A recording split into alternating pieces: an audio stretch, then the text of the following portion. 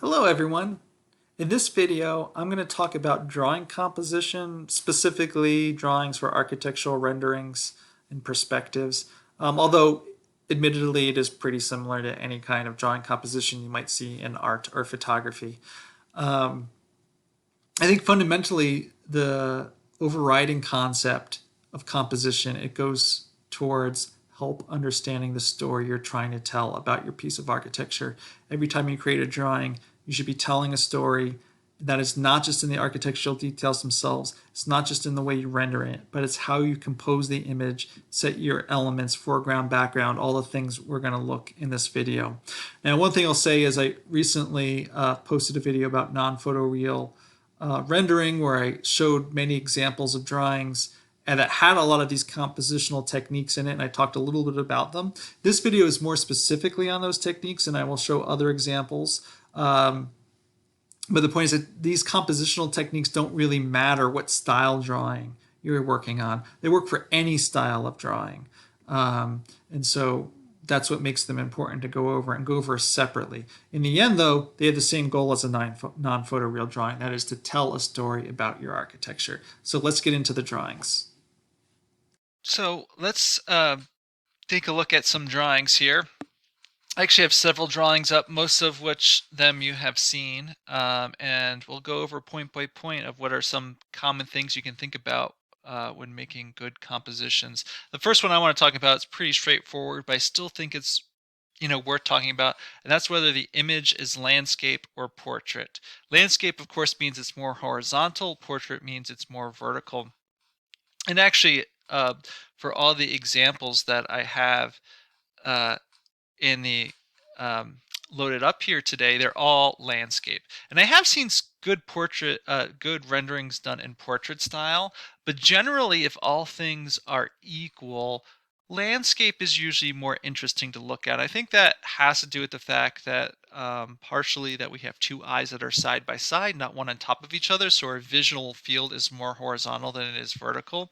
And that's why I think things like TVs and phones and all of those things are all landscape, or they're long and horizontally rather than they all are tall.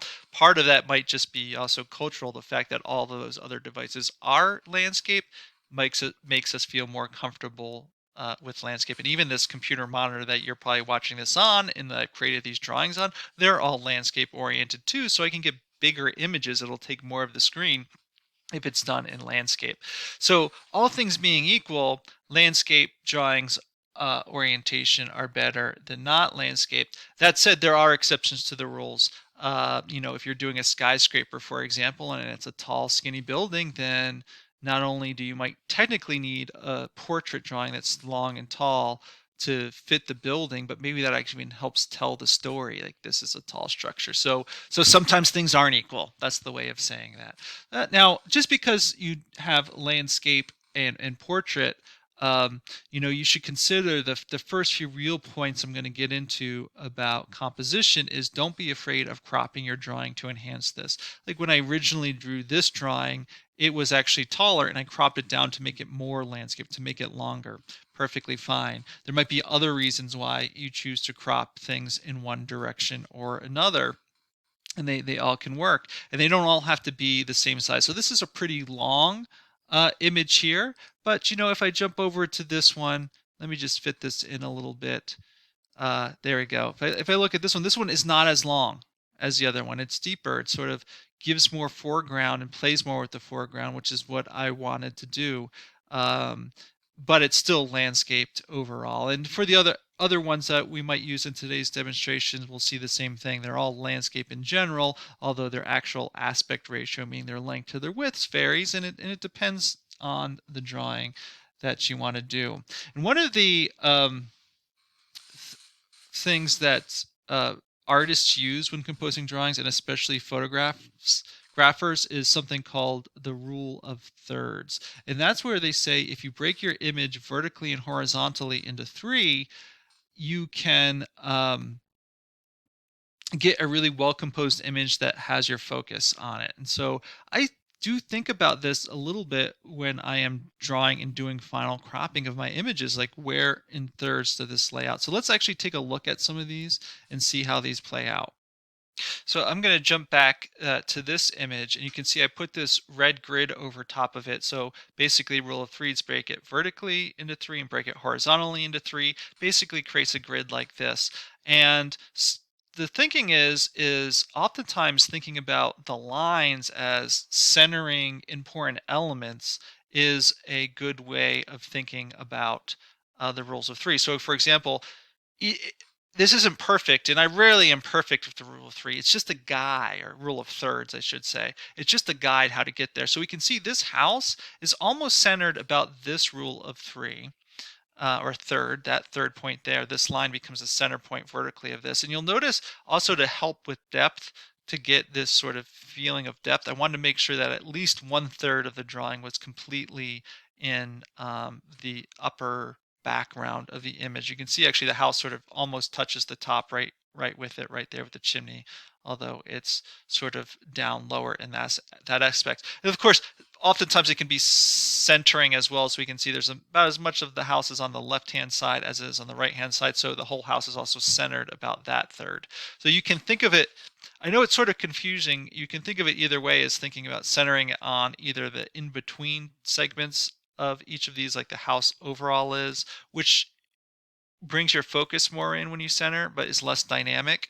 Or you can think about it centering on a line, which is interesting points to sort of pull into and makes it maybe a little bit more dynamic. I think even like setting this person right on that node really makes, even though it's a subtle person, makes you think that that person sort of exists in there. So that would be how rules of three would work. And I did do them on the other houses as well, in other drawings we'll see, and maybe just showing one more, to a certain degree. Again, here it's really more about being centered horizontally here to bring the house focus here, but I purposely put it to the left because I wanted to give a sense of community here on the left hand side. Sorry, I set it on the right. If I knew my left and right, I could work it out. So I didn't quite match it. I was sort of originally thinking maybe the corner of the house would be pretty close to there, but I think getting this bright yellow in that zone, again, it doesn't have to be perfect. It just helps you guide how you crop it. And again, you might not know this. I'm not going to show this right now, but actually when you crop in Photoshop,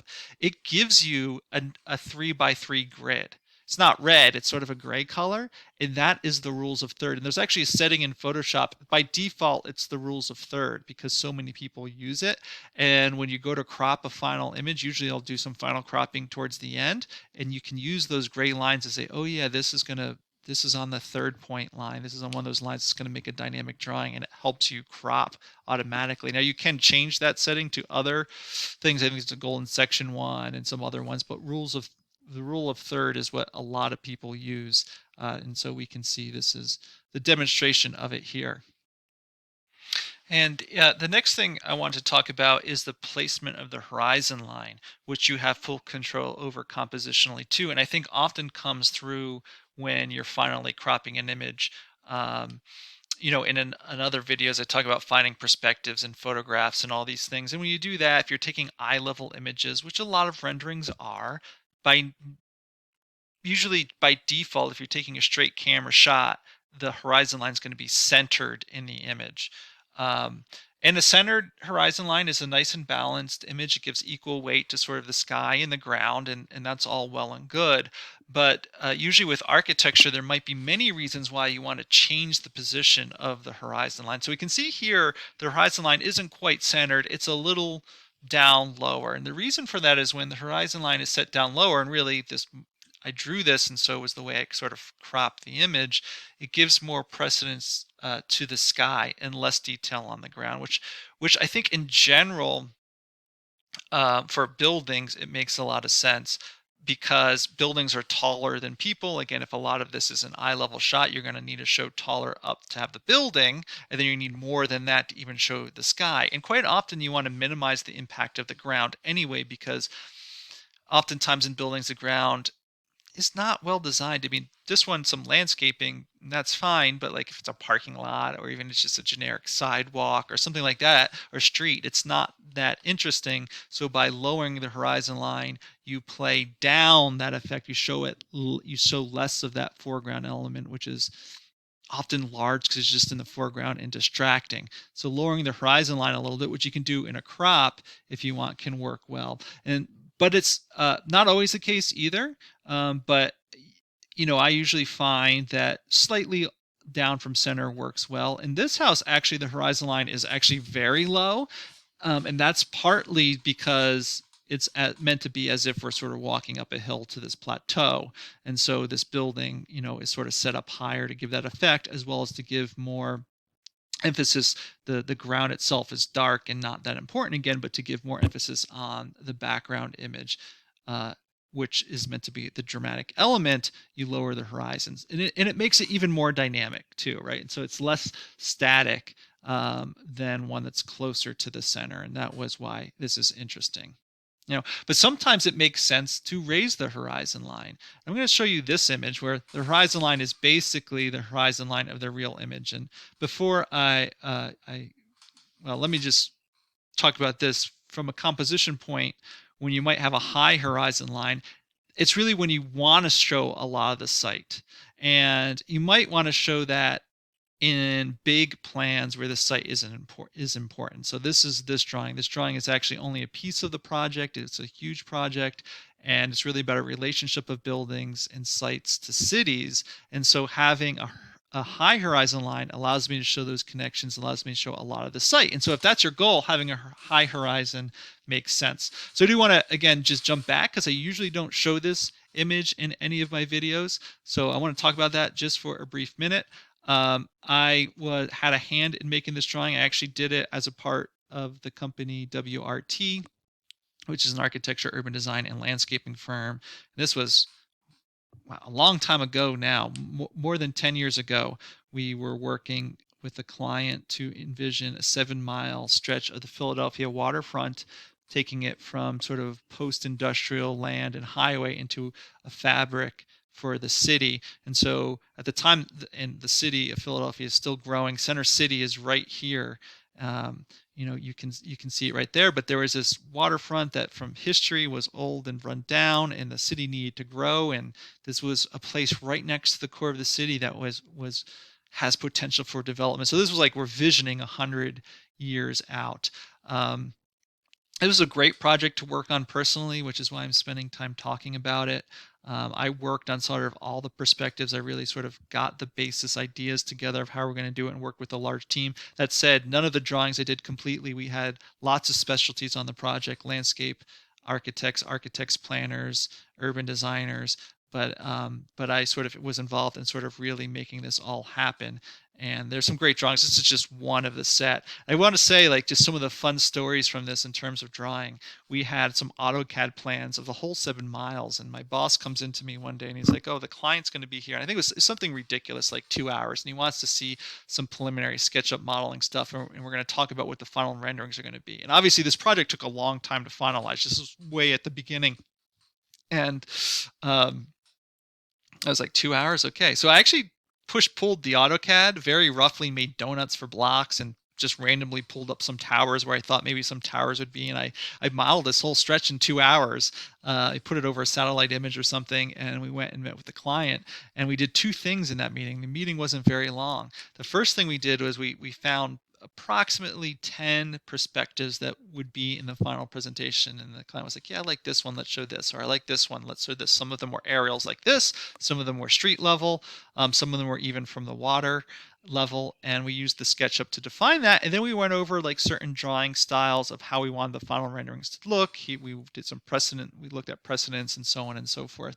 And so out of that meeting, I had to develop a few things. One thing I did, which is a lot of fun, is the client who had connections took set me up with the police, And we went up in a helicopter on this trip, and I took photograph after photograph after photograph of the city of Philadelphia. But specifically, I knew there were some shots we really wanted to get for this project, and I used SketchUp. I knew the intersections we were over, how high in elevation we were all from SketchUp. I told the police, hey, this is where we need to go. We went there, I snapped the photo, and we used one of those to sort of get really close to what those perspectives were that we wanted to get. I think we even closed traffic to Philadelphia International Airport for a brief time to get a particular shot. Similarly for the boat ones, like I went out on a police boat on another day, and that was a ton of fun. It's the only time I've been in a helicopter was that day, and to be able to go and do something like that, tons of fun. The other thing was how to get this to work. It was such a large model, and it was so long ago to make the computer power work that sort of lended itself to this sort of non-photoreal look of the bright greens against the white light gray bluish buildings, to sort of give the sense of this is just a futuristic envision. It's not real. Any number of things could change, but it's about ecology and people coming together on the waterfront.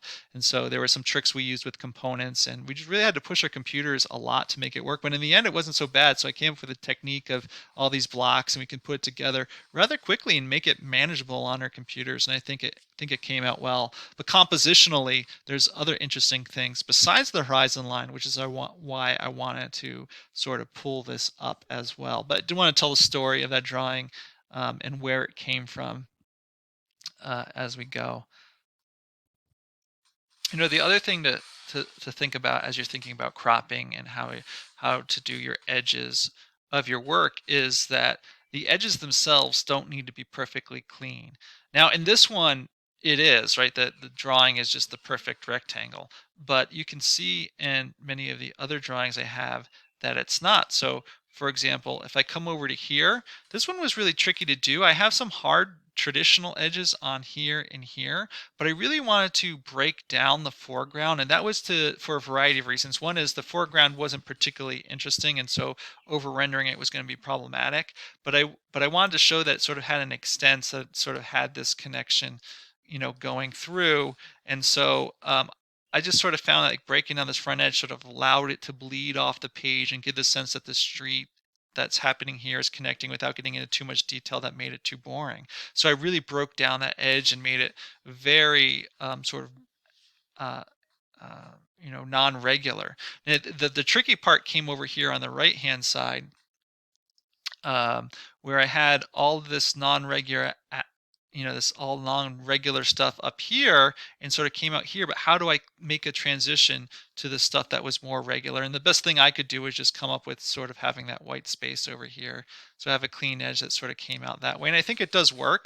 It's interesting. And I did take time to think about when we look at sort of this drawing, it's done in a completely different way. That's sort of interesting, where these trees sort of blend completely with the frame of the drawing.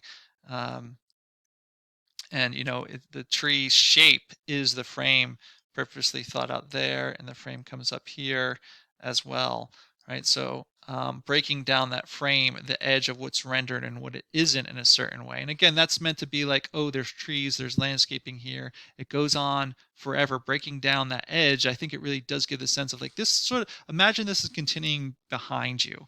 And the most dramatic one really, I think, in that is this one here, which I didn't do when I was initially setting these up. This was another person I was working with who came up with this concept. And part of it was the part of it was the fact that this was the photograph that I had, and we were limited to the photographs I took in that helicopter ride. And so that was the extent.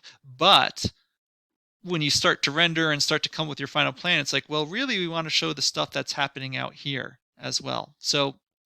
Um, so why not just break the edge? Oh, here's the edge of the drawing. Let's let the model come out and render it out to here. And then, we could sort of fake all this. And I think this was a secondary photograph that was pasted in to show the other side of the river on this front. And then since this was a broken plane, then why not have some of these ships and other things also break the plane just to really give it a dynamic feel? I think successfully by having the edge really do something crazy like this, and then having these extra elements here and in here just give this dynamic feel. And it does give it the sense of this river, which is true, goes on for very far in each direction. This project was 7 miles long. This is a small piece of it that goes far to the north and it goes far to the south. Um, and by the way, just as a note, this is the Delaware River. I'm going to note this for my current students in particular. This is a huge river with ships on it.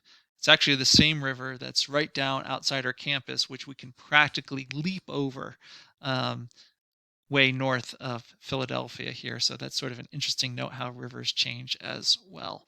But yeah, breaking down the edges, they don't have to be hard edges. When you get the crop working out, don't be afraid of making them work in that way. So the next thing I want to talk about was darkening your edges in the foreground, which is a great compositional technique and is definitely used very heavily in this drawing. And the idea is there's actually a connection between foreground, midground, and background and how much color and value they should have. And I'll talk a little bit about the background in a few minutes from now. But that's partly the reason for darkening the foreground. But the other real reason for darkening the foreground, especially in architectural renderings, but in any drawing or photograph, it helps focus the eye to where you want to go. And so in this case, it's done a lot. Um, if I come in here, like all of this is almost overly dark, and the tree is here to hold the edge to pull your eye right into here. Even these leaves up top are made darker to sort of focus your eye right down on the architecture. And the grass as well here is overly dark, and even the color is changed. It's even a little more blue than grass really should be.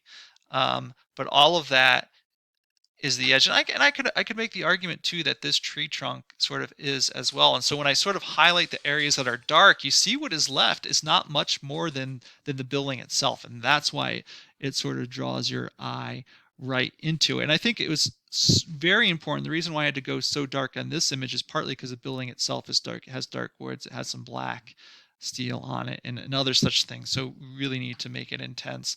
And if we looked at some other ones like this one, it's done pretty lightly here. It was, again, this was partially meant to be dynamic, where it was off to the right to show the neighborhood and its connection off to the left.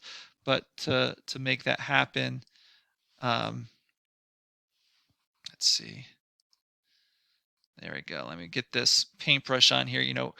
This side in particular was meant to really have a lot more darker elements, because while I wanted to show all these elements, right, and I wanted to show the house here, I wanted to focus the attention to the right, that this was the main piece of the image. So it was purposely meant to be darker on those sides. So darkening the edges worked. It doesn't just have to be like dark elements like putting trees in, like a lot of these drawings, they look great, but even just taking grass or even the corner and darkening it up a bit can go a long way too. So don't be afraid to just, burn or dodge something in a drawing to make it darker and focus the eye in.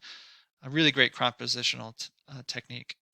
Jumping back to this drawing for the next one is, as I said, is the background. And often what you want to do with the background is you want to make it lighter and gray, or less saturated, so more towards grays, and because that gives the sense of depth and the atmospheric effect, and so on. And so I'm starting with this drawing because you can definitely see that back here in this drawing. If the background is obviously all the way up in here, and you can actually see how gray and desaturated it is.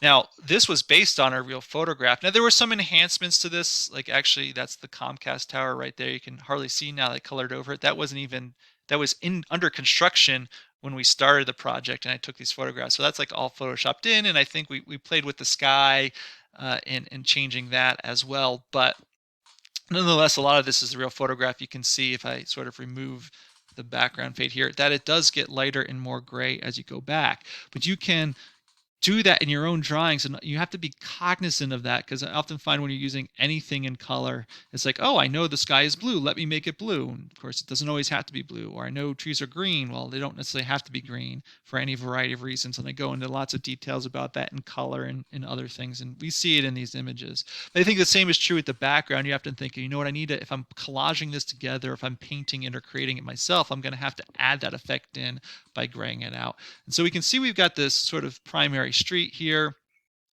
um, but we got, the mountain in the background, and the sky is really quite lighter than everything else and much more gray. And that's again to make it just feel like, ooh, this background is much further in the background. I don't have a lot of background in this image, but it's there. And the same if I were to look over here in this image, we got the same thing. You can see how light this mountain is, even though it's probably filled with trees that are the same color as this tree up here, but it's much lighter. Uh, in that sense, just to give that sense of depth. And I could go through the other ones as well, but super important, super easy trick to do. Make your backgrounds lighter and grayer to get the atmospheric effect. I think one of the themes that really goes both with cropping and edges, whether you have straight or not, and even this foreground background relationship is the use of white space. And some architects are really great at the use of white space.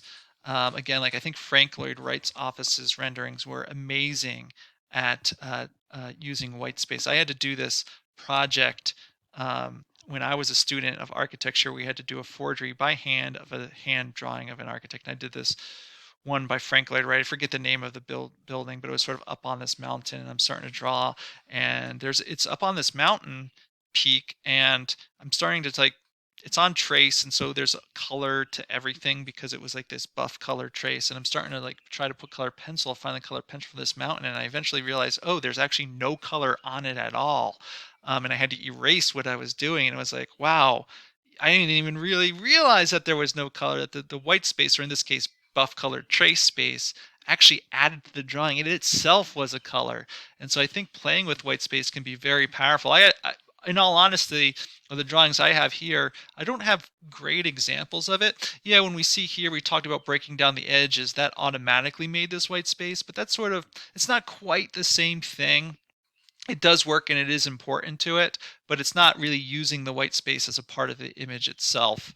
Obviously there's no edges here, so it's none here. I think this one starts to maybe get there because a little bit about what I'm talking about, maybe about the best I could do, because of this area down here in particular. Not the one off to the left is just consequential, but this one here is really meant to be like part of the ground, and it's a breaking down of the ground, and maybe it's even a light snow perhaps, and we sort of get that back here too as it breaks down, that the white is enhancing, even the purposeful non-rendering of it almost enhances in your mind what it might be.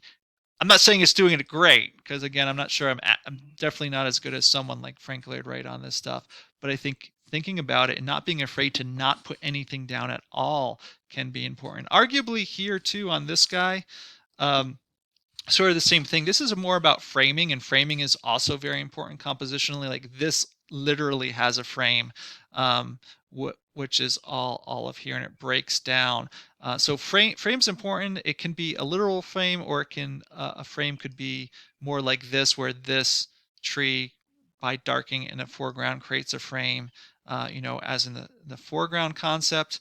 But framing an element, in this case, the frame itself is white space. Again, it's not white purposely, it's this tan color meant to be sort of like the buff color trace from Frank Lloyd Wright, and it builds into the tree. So the tree is reading as white space, but you still read them as trees. So this one plays with it a little bit too, sort of in an interesting way. Look at examples using white space can be pretty fun to do.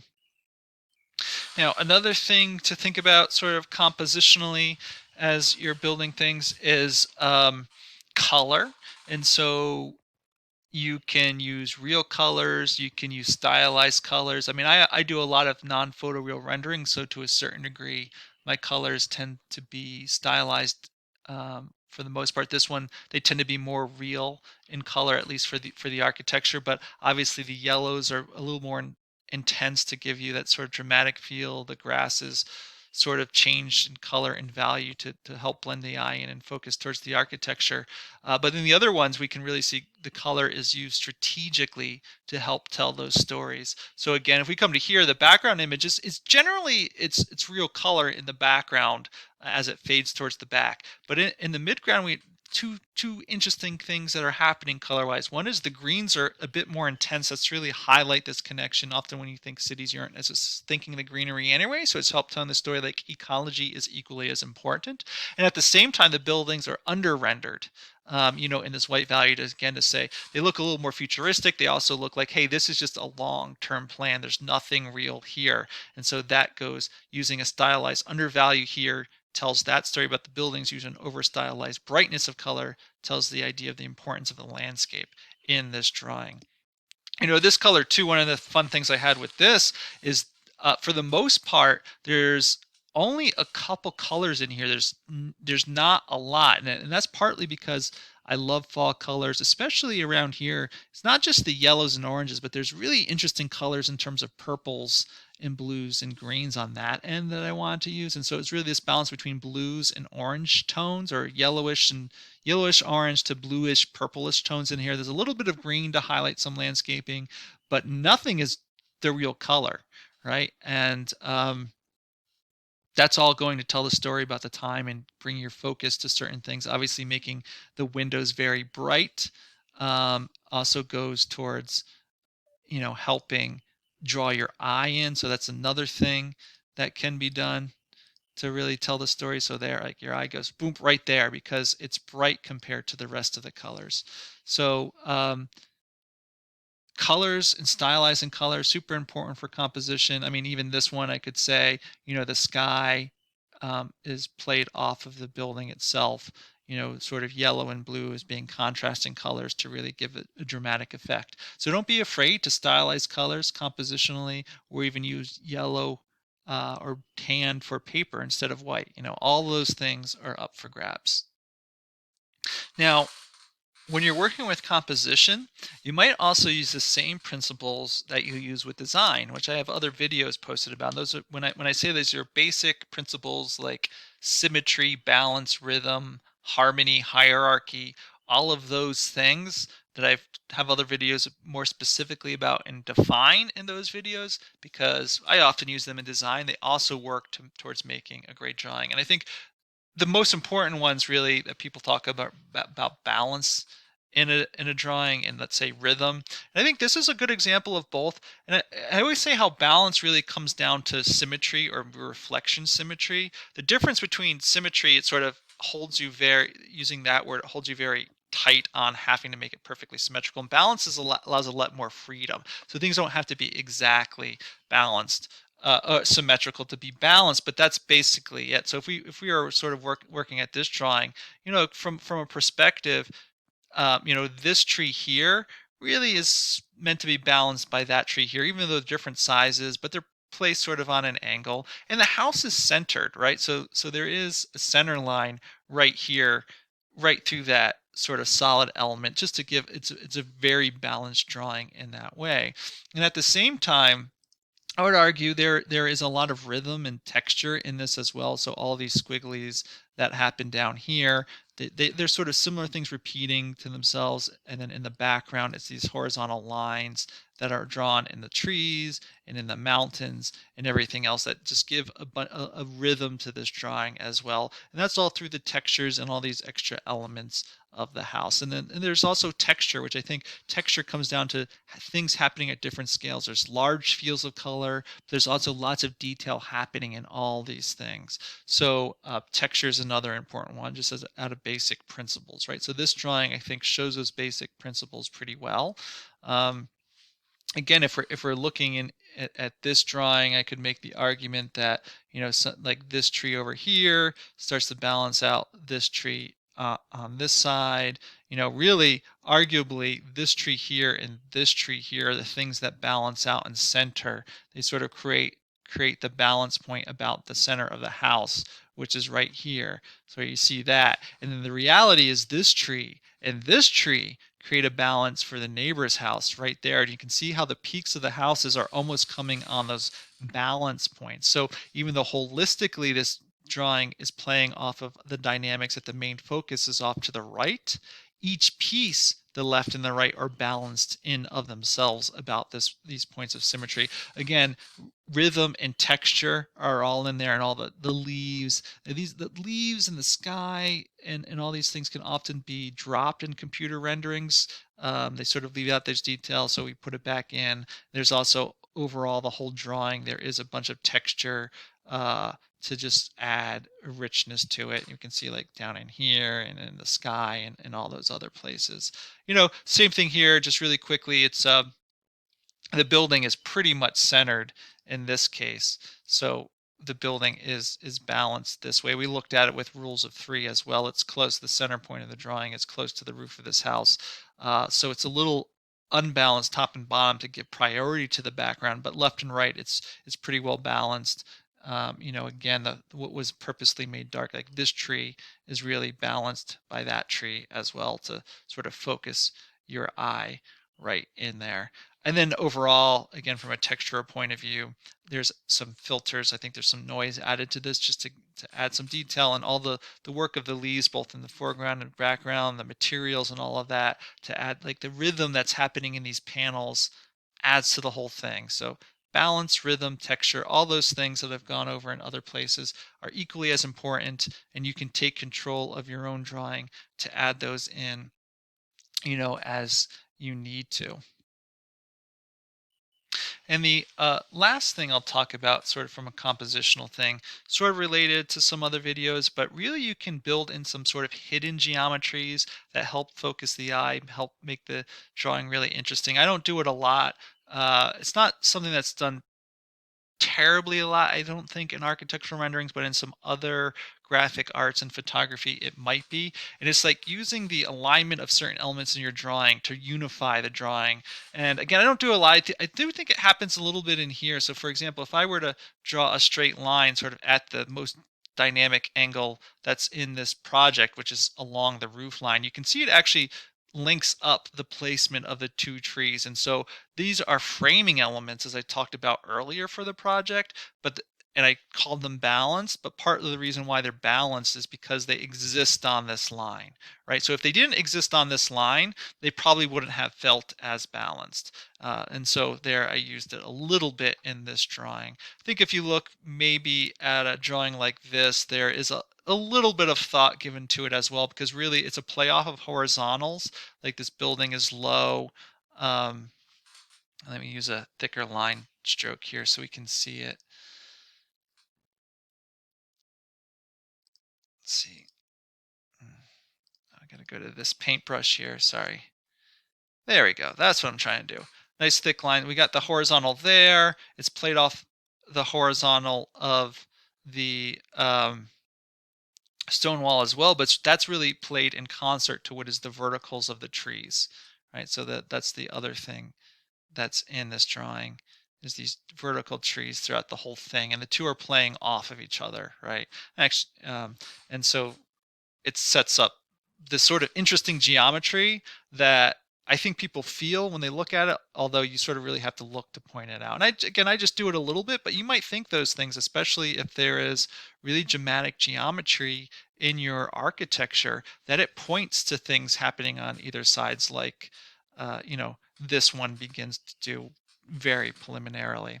I think there's lots of other compositional rules out there as well. These are just some of the ones I use or think about or have explored in other people's drawings, and they really do make a difference, right? They make the difference between a good drawing and a great drawing, and you need to stop and think about them. You need to control the drawing to make sure they happen. You need to use all of those techniques to help tell your story. So hopefully you've learned something and you can use this information to keep making great drawings.